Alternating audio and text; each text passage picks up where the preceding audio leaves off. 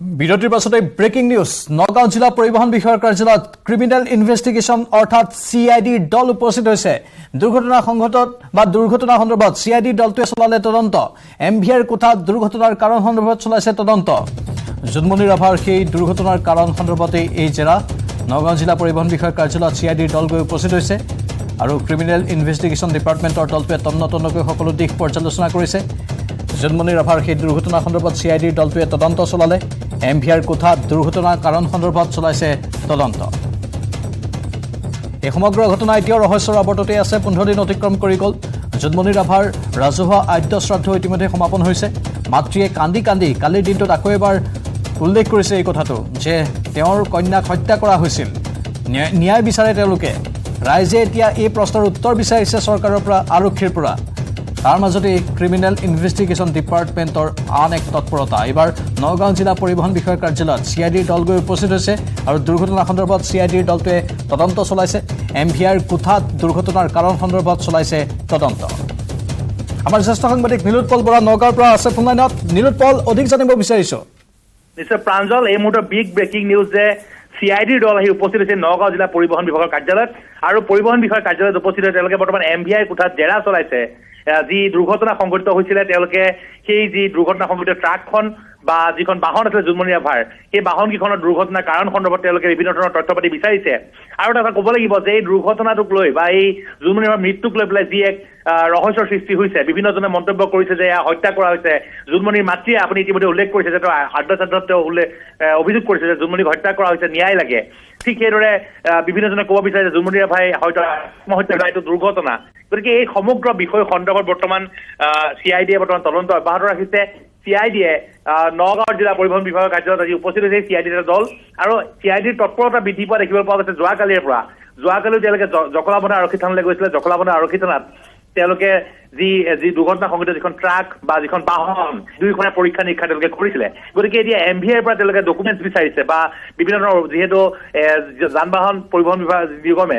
তেওঁলোকে যি ধৰণৰ অনুসন্ধান কৰে কিয় দুৰ্ঘটনা সংঘটিত হ'ল ব্ৰেক ফেইল হৈছিল বা এনেধৰণৰ কি কাৰণ থাকিব পাৰে এই সন্দৰ্ভত বৰ্তমান তেওঁলোকৰ পৰা নথি পত্ৰ বিচাৰিছে আৰু CID যদিও বা গোচৰটো CBIলৈ হস্তান্তৰ কৰাৰ কথা কৈছে কিন্তু বৰ্তমানলৈকে CBI যিহেতু গোচৰটো লোৱা নাই এতিয়ালৈকে গোচৰটো CIDৰ হাতত আছে গতিকে CIDয়ে CBI নহালৈকে তদন্ত প্ৰক্ৰিয়া চলাই নিব আৰু আজিও কিন্তু আমি এটা কথা কৈছো যে নগাঁৱৰ দ্বিতীয় অফিচ যি পৰিবহণ বিষয়াৰ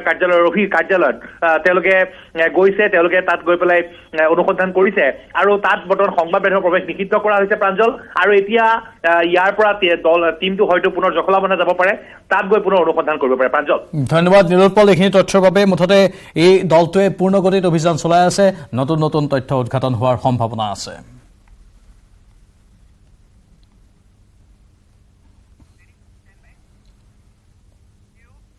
ৰাজনীতিৰ এক খবৰ লোকসভা নিৰ্বাচনক লৈ ভাৰতীয় জনতা পাৰ্টিয়ে তৎপৰতা আৰম্ভ কৰিছে 14টা লোকসভা সমষ্টিত 14খন বৃহৎ জনসভাৰ তাৰিখ নিৰ্ধাৰণ কৰিছে ভাৰতীয় জনতা পাৰ্টিয়ে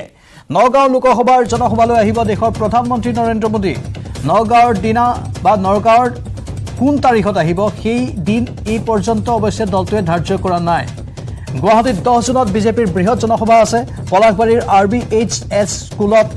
এই জনসভাৰ আয়োজন কৰা হৈছে খেলপথাৰত 13 জুনত কৰিমগঞ্জত বিজেপিৰ জনসভা আছে 14 জুনত শিলচৰৰ পুলিচ পেৰেড গ্ৰাউণ্ডত বিশাল জনসভা আছে 15 জুনত বৰপেটা লোকসভাৰ হাউলি নৰ্মাল স্কুল খেলপথাৰত জনসভা আছে 16 জুনত কলিয়াবৰ লোকসভাৰ লেটিকোজান খেলপথাৰত জনসভা আছে 16 জুনত ডিফুটো অনুষ্ঠিত কৰিব বৃহৎ জনসভা বিজেপিয়ে 17 জুনত কুকৰাঝাৰৰ বডোফা খেলপথাৰতো বিজেপিয়ে জনসভাৰ আয়োজন কৰিছে আৰু 17 জুনতে যোৰহাটতো বিজেপিৰ বৃহৎ জনসভা আছে আমাৰ জ্যেষ্ঠ সাংবাদিক ৰাজু বৰুৱা আছে আমাৰ সৈতে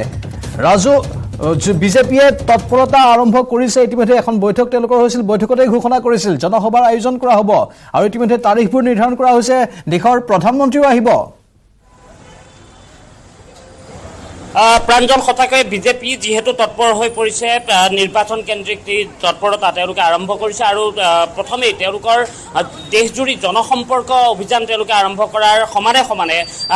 গোটেই জুন মাহটোত তেওঁলোকে বিভিন্ন সমষ্টিত তেওঁলোকৰ জনসভা তেওঁলোকে অনুষ্ঠিত কৰিব আৰু অসমৰ যি 14টা লোকসভা সমষ্টি আছে প্ৰাঞ্জল সেই 14টা লোকসভা সমষ্টি কোনটো দিনত কেনেধৰণৰ জনসভা হ'ব সেয়া ইতিমধ্যে নিৰ্ধাৰণ কৰিছে অৱশ্যেই নগাঁও লোকসভাত যিহেতু যিখন জনসভা হ'ব সেইখন ইতিমধ্যে মুখ্যমন্ত্ৰী ডক্টৰ হিমন্ত বিশ্ব শৰ্মাই বিজেপিৰ যিখন কাৰ্যনিৰ্বাহক আছিল কলাক্ষেত্ৰত তাত উল্লেখ কৰিছিল যে সেই জনসভাখনৰ দিন বা সময় বা স্থান নিৰ্ধাৰণ কৰিব দিল্লীয়ে গতিকে লখিমপুৰ বা নগাঁৱত হোৱাৰ কথা আছিল কিন্তু আমাৰ হাতত যি তথ্য আহি পৰিছে ইতিমধ্যে সেই তথ্য অনুসৰি নগাঁৱৰ গোটেই প্ৰক্ৰিয়া যেহেতু খালী ৰখা হৈছে স্বাভাৱিকতে নগাঁৱত কোনদিনা হ'ব সেয়া নিৰ্ধাৰণ কৰিব দিল্লীয়ে আৰু নিৰ্ধাৰণ কৰি অসমৰ নেতৃত্বক জনাব কিন্তু অসমে বাকী যি 13টা লোকসভা সমষ্টিৰ বাবে তেওঁলোকে কোন দিনত কেনেধৰণৰ কাৰ্যসূচী হ'ব সেই সম্পৰ্কে তেওঁলোকে সংযোজক কাক ৰাখিছে বা বিশিষ্ট অতিথি অসমৰ মুখ্যমন্ত্ৰী ডক্টৰ হিমন্ত বিশ্ব শৰ্মা বা কেন্দ্ৰীয় মন্ত্ৰী সৰ্বানন্দ সোণোৱাল সভাপতি ভৱেশ কলিতা এই তিনিজনক মুখ্য অতিথি হিচাপে তেওঁলোকে ৰাখিব আৰু তাৰ বাবে কোনদিনা কোন উপস্থিত থাকিব কোনখন সভাত অংশগ্ৰহণ কৰিব সেই সম্পৰ্কে সকলো নিৰ্ধাৰণ কৰিছে চাবলগীয়া যে বিজেপিৰ হাতত যিহেতু অসমত 9টা সমষ্টি আছে বাকী যি 5টা লোকসভা নিশ্চয় কলিয়াবৰ নগাঁও আৰু বৰপেটা নগাঁৱত ইতিমধ্যে যিহেতু প্ৰধানমন্ত্ৰীগৰাকী অহাৰ খবৰ আমাৰ হাতত আছে যে প্ৰধানমন্ত্ৰীগৰাকী আহিব আৰু হয়তো 10 জুনত যিহেতু তেওঁলোকে গুৱাহাটীত আৰম্ভ কৰিব তাৰ পূৰ্বে হয়তো নগাঁৱত তেওঁলোকৰ জনসভা হ'ব পাৰে গতিকে সেই জনসভাৰ লগতে ৰাজনাথ সিং কেন্দ্ৰীয় গৃহমন্ত্ৰী অমিত শ্বাহ তাৰ লগতে নীতিন গাডকাৰী আৰু জেপি নাড্ডা এই 4গৰাকী ৰাষ্ট্ৰীয় নেতাও অসমত বিভিন্ন বৈঠকত তেওঁলোক উপস্থিত থাকিব আৰু বৃহৎ জনসভাসমূহক লৈ ইতিমধ্যে সংযোজকৰ দায়িত্ব বহুকেইজনক দিয়া হৈছে তাৰ ভিতৰত যদি আমি কওঁ যে কলিয়াবৰ নগাঁও আৰু যিহেতু বিজেপিয়ে টাৰ্গেট হিচাপে তেওঁলোকে লৈছে এইবাৰ যিকোনো প্ৰকাৰে এই 3টা সমষ্টিত দখল কৰাৰ যিহেতু কুচকাৱাজ বিজেপি দলটোৱে অব্যাহত ৰাখিছে বৰপেটাৰ বাবে ৰঞ্জিত দাসক সংযোজকৰ দায়িত্ব দিয়া হৈছে ঠিক একেদৰে তেনেহ'লে কলিয়াবৰৰ বাবে অজন্তা নেওগ মন্ত্ৰী অজন্তা নেওগক দায়িত্ব দিয়া হৈছে আৰু ঠিক একেদৰে যদি চোৱা যায় তেনেহ'লে বৰপেটাৰ বাবে ৰঞ্জিত দাস আৰু কলিয়াবৰৰ বাবে অজন্তা নেওগ আৰু নগাঁৱৰ বাবে বিজু হাজৰিকাক ইতিমধ্যে দায়িত্ব অৰ্পণ কৰিছে গতিকে স্বাভাৱিকতে বিজেপিয়ে জনসম্পৰ্ক অভিযানৰ লগে লগে এই জনসভাসমূহ তেওঁলোকে অনুষ্ঠিত কৰিব আৰু প্ৰত্যেকখন জনসভাত কিমান মানুহ হ'ব ৰাষ্ট্ৰীয় নেতা তাত উপস্থিত থাকিব অসমৰ নেতা কোন কোনে তাত অংশগ্ৰহণ কৰিব সকলো পৃথকে পৃথকে তেওঁলোকে ভাগ কৰি দিছে যাতে জনসভাসমূহ সঠিক ৰূপত আগবাঢ়ে যিসমূহ বুথ থাকিব বিজেপিৰ বুথ প্ৰাঞ্জল 28,000 বুথ থাকে আৰু প্ৰত্যেক বুথৰ পৰা মিনিমাম 11জনকৈ লোক তেওঁলোকে আনিব লাগিব বুথৰ লোকে উপস্থিত থাকিব লাগিব সেই 11জনৰ উপৰি তেওঁলোকে প্ৰত্যেকগৰাকী 11জন বুথৰ নেতাই তেওঁলোকে একোজনে প্ৰায় 11জনকে লোকক তেওঁলোকে ৰাখিব লাগিব স্বাভাৱিকতে এই গোটেই প্ৰক্ৰিয়াটো তেওঁলোকে বৃহৎ এক কাৰ্যসূচী তেওঁলোকে হাতত লৈছে আৰু জুন মাহতো তেওঁলোকৰ ব্যস্ততা এনেধৰণে থাকিব অৰ্থাৎ 2024ৰ যি নিৰ্বাচন সেই 24ৰ নিৰ্বাচনৰ বাবে বিজেপিয়ে এই যি 14টা লোকসভা 14খন জনসভা হ'ব এই জনসভাসমূহৰ পৰাই তেওঁলোকে এক প্ৰকাৰ নিৰ্বাচনী ৰণসন্যাস প্ৰত্যেকটো সমষ্টিতে তেওঁলোকে বজাব আৰু ইয়াৰ পিছতে স্বাভাৱিকতে যি বিৰোধীৰ কৌশল থাকিব সেই কৌশলসমূহ কেনেধৰণে প্ৰতিৰোধ কৰিব পৰা যায় তাৰ নিশ্চয় ৰণকৌশলো এইসমূহ জনসভাক লৈ তেওঁলোকে এইকেইদিনতে প্ৰস্তুত কৰিব আৰু আজিৰ দিনটোতে যেহেতু মুখ্যমন্ত্ৰী ডক্টৰ হিমন্ত বিশ্ব শৰ্মা 2:45 বিজেপিৰ ৰাজ্যিক কাৰ্যালয়ত উপস্থিত হ'ব এই সম্পৰ্কে নিশ্চয়কৈ মুখ্যমন্ত্ৰীগৰাকীয়ে যিহেতু দিল্লী নেতৃত্বলৈ এই সমূহ তালিকা ইতিমধ্যে তেওঁলোকে প্ৰেৰণ কৰিছে কোনদিনা কি উপস্থিত থাকিব কাৰণ দিল্লীয়ে নিৰ্ধাৰণ কৰিব দিল্লীৰ যিসকল নেতা থাকিব কোনখন বৈঠকত তেওঁলোকে অংশগ্ৰহণ কৰিব মুখ্যমন্ত্ৰীগৰাকীয়েও নিশ্চয়কৈ এই বিষয়টোত আজি তেওঁৰ যি মতামত থাকিব সেই মতামত হয়তো আজি দিব প্ৰাঞ্জল ধন্যবাদ ৰাজু এইখিনি তথ্যৰ বাবে আৰু বিস্তৃত ৰূপত এইখিনি তথ্য আমাৰ সাংবাদিকে জনালে মুঠতে এটাই কথা যে ভাৰতীয় জনতা পাৰ্টিয়ে তৎপৰতা আৰম্ভ কৰিব ওলাইছে আৰু সেই তৎপৰতাৰে তেওঁলোকে 2024 চনৰ লোকসভা নিৰ্বাচনৰ বৈতৰণি পাৰ হ'বলৈ চেষ্টা চলাব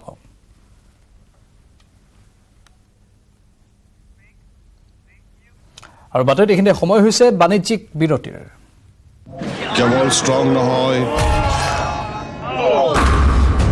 Maithon strong Maithon steel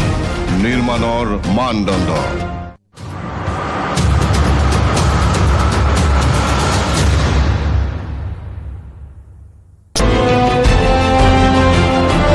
Sanjeev Lahon report news 18 Assam north east ভাহিয়া হে কোমল প্ৰাৰ্থিত্ব কেন্দ্ৰিক যুঁজ আৰম্ভ গুৱাহাটীত কোনে পাব বিজেপিৰ টিকট সাংসদ কুইনুজা নে নতুন মুখে মাৰিব এণ্ট্ৰি চৰ্চা আৰম্ভ হৈ গৈছে গুৱাহাটীৰ ভোটাৰৰ মুখে মুখে এতিয়া কথাবোৰ প্ৰত্যাহ্বানৰ সন্মুখীন হ'ব এবাৰ সাংসদ কুইনুজা পুনৰ দলীয় টিকট লাভ কৰিবনে কুইনুজাই ভোটাৰৰ মনত পাক খাই থকা এই প্ৰশ্নটোকে সোধা হৈছিল সাংসদ পূজা পলিটিক্সত ৰাজনীতিত টিকট বিচৰাটো একো ডাঙৰ কথা নহয় বহুতে বিচাৰিব পাৰে আৰু দলে যাক দিয়ে সিদ্ধান্ত দলে যি সিদ্ধান্ত লয় সেই সিদ্ধান্তই অন্তিম সিদ্ধান্ত হ'ব আজিৰ দিনত কোনে টিকেট পাব সেইটো ময়ো ক'ব নোৱাৰোঁ বা কোনো ক'ব নোৱাৰে কিন্তু কাম কৰি থকাটো বা দলৰ হৈ কাম কৰা দলক আগবঢ়াই নিয়া নিজৰ আমাৰ যিটো কৰ্তব্য পালন কৰা কাম আমি কৰিবই লাগিব কুইনুজাই কৈছে তেওঁ হেনো কাৰ্যকৰ্তা হৈ থাকিবলৈকে ভাল পাব যোৱা 3 বছৰৰ মোৰ কাম কাজ আৰু দলৰ প্ৰতি থকা মোৰ আস্থা শ্ৰদ্ধা বা দলৰ কাৰ্যকৰ্তাৰ লগত মোৰ সম্পৰ্ক গোটেইখিনি আপোনালোকে নিশ্চয় দেখি আছে এই গোটেইখিনিৰ ক্ষেত্ৰত আপোনালোকে নিজে বুজি পাব লাগে মই টিকেট পাব লাগে নে নালাগে তাৰপিছত দলে যি সিদ্ধান্ত লয় সেইটো দলৰ সিদ্ধান্তটো অন্তিম লগত লৈ সিএম ভিজিলেন্সে অভিযান চলাইছে অনুপ শইকীয়া ৰাইজৰ দলৰ বহিষ্কৃত নেতা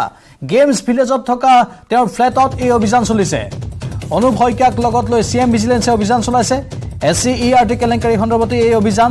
অনুপ শইকীয়াই নামে বেনামে বিভিন্ন প্ৰান্তত সম্পত্তিৰ পাহাৰ গঢ়িছিল তাকো দুৰ্নীতিৰে আৰু সেইগৰাকী অনুপ শইকীয়াক লগত লৈ এতিয়া বিভিন্ন প্ৰান্তত জোৰদাৰ গতিত অভিযান চলিছে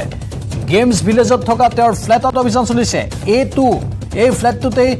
অনুপ শইকীয়া আছিল আৰু তেওঁৰ বহু সম্পত্তি বহু টকা পইচাৰ হিচাপ হয়তো বা নথিপত্ৰ এই ফ্লেটটোতেই আছে যাৰ বাবে বৰ্তমান অনুপ শইকীয়াক লগত লৈ সিএম ভিজিলেন্সে অভিযান চলাই আছে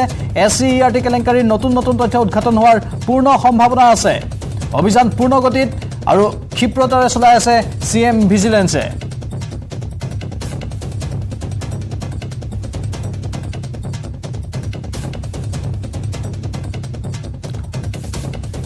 এগৰাকী অনুপ শইকীয়া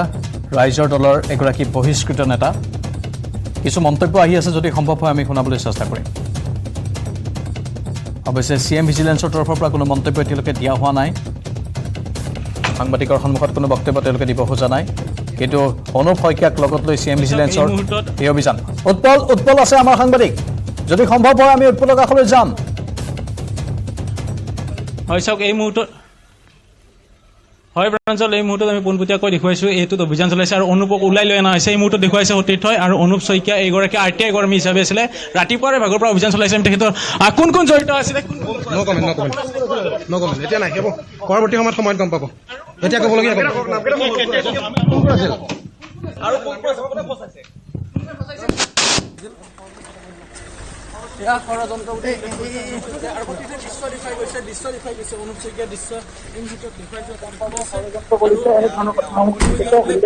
সময়ত গম পাব ষড়যন্ত্ৰ কৰিছে এনেধৰণৰ কথাসমূহে তেখেতে উল্লেখ কৰিছে আৰু সিএম ভিজিলেন্সে ৰাতিপুৱাৰে ভাগৰে পৰা অভিযান চলাইছিলে আৰু অভিযান চলাই মুহূৰ্তত দলটো ওলাই গৈছে আৰু এয়া গেম ভিলেজৰ পৰা পোনপটীয়াকৈ ওলাই যোৱা দৃশ্য দেখুৱাইছোঁ News18 অসম নৰ্থ ইষ্টৰ জৰিয়তে এখন বাহন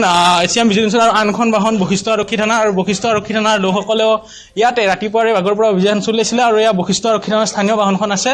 আৰু ইতিমধ্যে সিএম ভিজিলেন্সৰ বাহনখন ওলাই গৈছে এইটো ব্লকৰ পিছত আন এটা ব্লকলৈকে গৈছে এই মুহূৰ্তত সতীৰ্থ আমি হয়তো কিছু আগবাঢ়ি যাম আন এটা যিটো ব্লক আছে আৰু কিছু হয়তো বেলেগ ঠাইত ৰুম আছে সেই ৰুমলৈকে গৈ আছে আমি তালৈকে গৈ আছোঁ কিছু সময় পিছত সকলো তথ্য দেখুৱাবলৈ সম্ভৱ হ'ম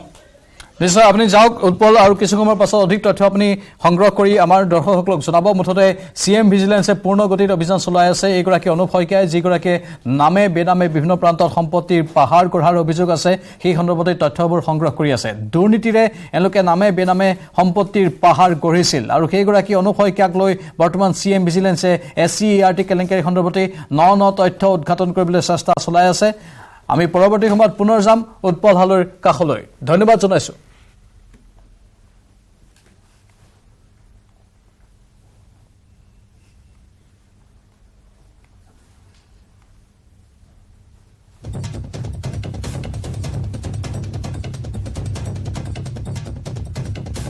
ইতিমধ্যে আমি কৈছোঁ যে অনুপ শইকীয়া অন্যতম এটা অভিযুক্ত এই SCERT কেলেংকাৰীৰ শেৱালী দেৱী শৰ্মাৰ পৰা এই অনুপ শইকীয়াৰ নেতৃত্বতে টকা লোৱা হৈছিল আন বহু লোক যদিও জড়িত আছে কিন্তু অনুপ শইকীয়া এক অন্যতম মাষ্টাৰ মাইণ্ড বুলি কোৱা হৈছে এইগৰাকী অনুপ শইকীয়াক লগত লৈ সিএম ভিজিলেন্সে অভিযান চলাইছে অনুপ শইকীয়া এগৰাকী ৰাইজৰ দলৰ বহিষ্কৃত নেতা গেমছ ভিলেজত থকা অনুপ শইকীয়াৰ ফ্লেটত অভিযান চলোৱা হৈছে ইতিমধ্যে আৰু তাৰ পৰা বহু তথ্য ইতিমধ্যে সিএম ভিজিলেন্সে সংগ্ৰহ কৰিছে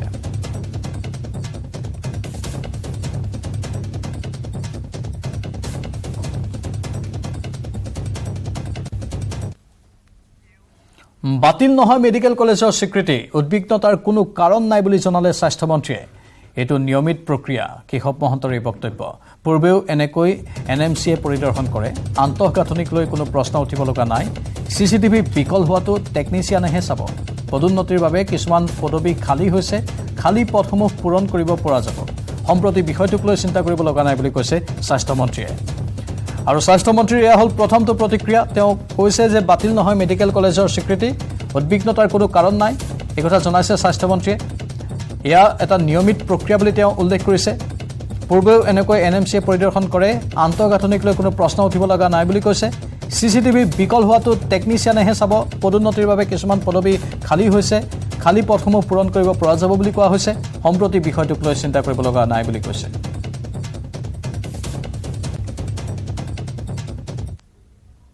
কমিশনে নিয়মিতভাৱে প্ৰত্যেকখন মেডিকেল কলেজৰ বছৰত এবাৰ ইনস্পেকশ্যন কৰে পৰিদৰ্শন কৰে ইনস্পেকশ্যন কালত তেখেতসকলৰ যদি ক'ৰবাত দুজন প্ৰফেচাৰ কম আছে ক'ৰবাত যদি লাইব্ৰেৰীৰ কিতাপ অলপ কম আছে ক'ৰবাত যদি কিবা জাৰ্নেল কম আছে ক'ৰবাত অন্য কথাত আজিকালি লাহে লাহে কৈছে যে চিচি কেমেৰা কাম কৰা নাই চিচি কেমেৰা নাই বুলি কোৱা নাই ক'ৰবাত টেকনিকেল ডিফেক্টত কাম কৰা নাই যিবিলাক তেওঁলোকে এনএমচিৰ হেডকোৱাৰ্টাৰত বহি পেলাই মনিটৰিং কৰে গতিকে এনেকুৱা কথাখিনি তেখেতসকলে আমাৰ য'ত যেনেকৈ থাকে লিখিতভাৱে দিয়ে এটা সময় দিয়ে যে আপোনালোকৰ এইকেইটা কথাত অসুবিধা আছে আপোনালোকে এইটো কমপ্লায়েন্সটো আপুনি পূৰণ কৰক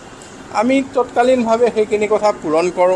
পূৰণ কৰিলেই তেওঁলোকে এইখিনি একচেপ্ট কৰে গ্ৰহণ কৰে গতিকে এইটো এটা গতানুগতিক প্ৰক্ৰিয়া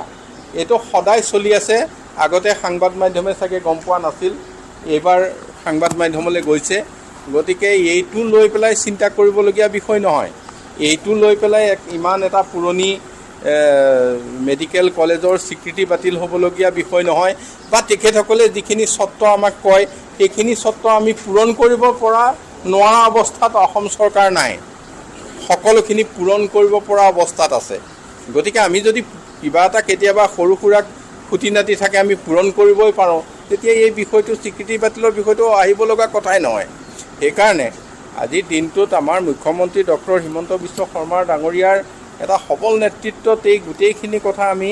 এটা মোকামিলা কৰি আছোঁ আৰু সেই ধৰণে আমি কোনো অভাৱ নোহোৱাকৈ কামখিনি কৰি থাকিব পৰা গৈছে এই বিষয়টো লৈ পেলাই চিন্তিত হ'ব লগা কথা নহয় ইয়াৰ লগত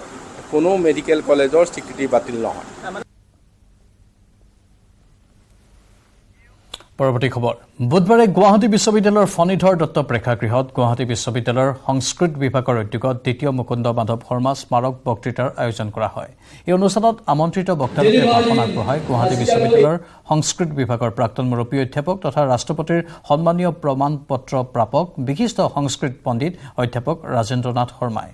সংস্কৃত বিভাগৰ মুৰব্বী অধ্যাপিকা ডক্টৰ সুদেশনা ভট্টাচাৰ্যই সভাপতিত্ব কৰা এই সভাখন উদ্ঘাটন কৰে গুৱাহাটী বিশ্ববিদ্যালয়ৰ উপাচাৰ্য অধ্যাপক ডক্টৰ প্ৰতাপজ্যোতি সন্দিকৈয়ে অনুষ্ঠানত আদৰণি ভাষণ আগবঢ়াই অধ্যাপিকা সুদেশনা ভট্টাচাৰ্যই সভাত গুৱাহাটী বিশ্ববিদ্যালয়ৰ সংস্কৃত বিভাগৰ প্ৰতিষ্ঠাপক অধ্যাপক বিশিষ্ট প্ৰাচ্য তত্ত্ববিদ প্ৰয়াত মুকুন্দ মাধৱ শৰ্মাৰ পৰিয়ালৰ সদস্যসকল তথা কেইবাগৰাকীও সংস্কৃত পণ্ডিত উপস্থিত থাকে সভাত গুৱাহাটী বিশ্ববিদ্যালয়ৰ শৈক্ষিক পঞ্জীয়ক অধ্যাপক ৰাতুল মহন্ত উপস্থিত থাকে সভাত প্ৰয়াত মুকুন্দ মাধৱ শৰ্মাৰ পৰিচয় দাঙি ধৰে গুৱাহাটী বিশ্ববিদ্যালয়ৰ সংস্কৃত বিভাগৰ জ্যেষ্ঠ অধ্যাপিকা মঞ্জুলা দেৱীয়ে এই সভাখনত অধ্যাপক ৰাজেন্দ্ৰ নাথ শৰ্মাৰ জীৱন আৰু কৃতিৰ বিষয়ে পৰিচয় আগবঢ়াই বিভাগীয় সহকাৰী অধ্যাপিকা ৰশ্মিৰেখা গোস্বামীয়ে সভা সঞ্চালন কৰি শলাগৰ শৰাই আগবঢ়াই গুৱাহাটী বিশ্ববিদ্যালয়ৰ সংস্কৃত বিভাগৰ সহযোগী অধ্যাপিকা বিনিমা বুজৰ বৰুৱাই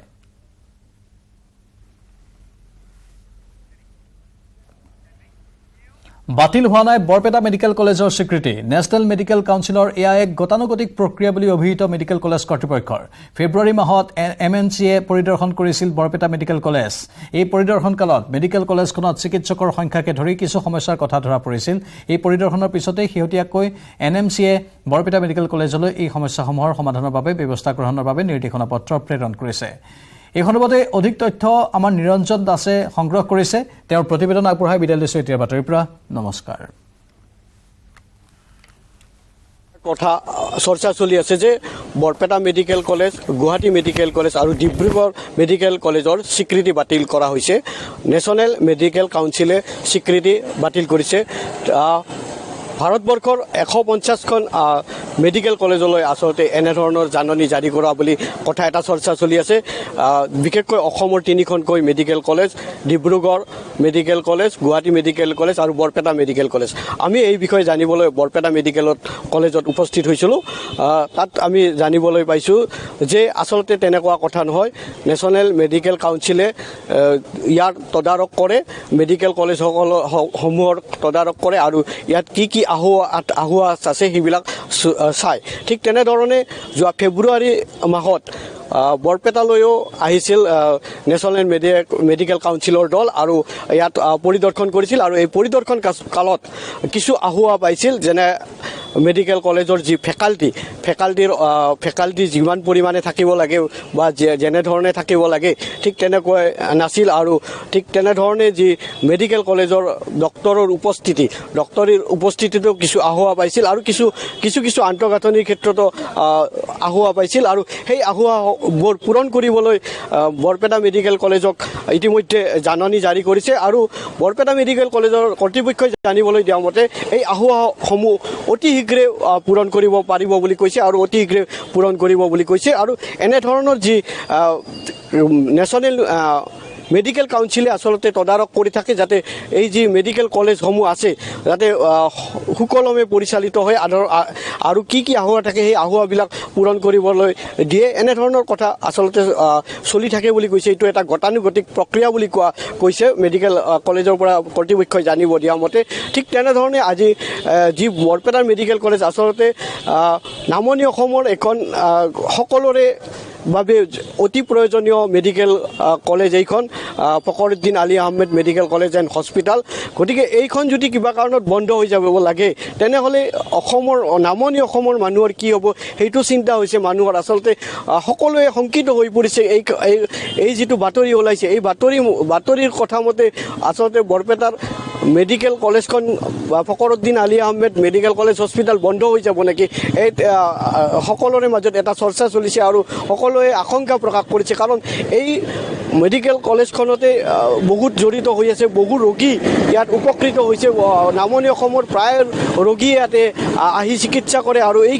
চিকিৎসাৰ ক্ষেত্ৰত বাধাৰ সন্মুখীন হ'ব নেকি, এনেধৰণৰ বহুত প্ৰশ্ন উত্থাপিত হৈছে। আচলতে এই কথাটো আমাক স্পষ্ট কৰি জানিবলৈ দিছে যে কেৱল ষ্ট্ৰং নহয়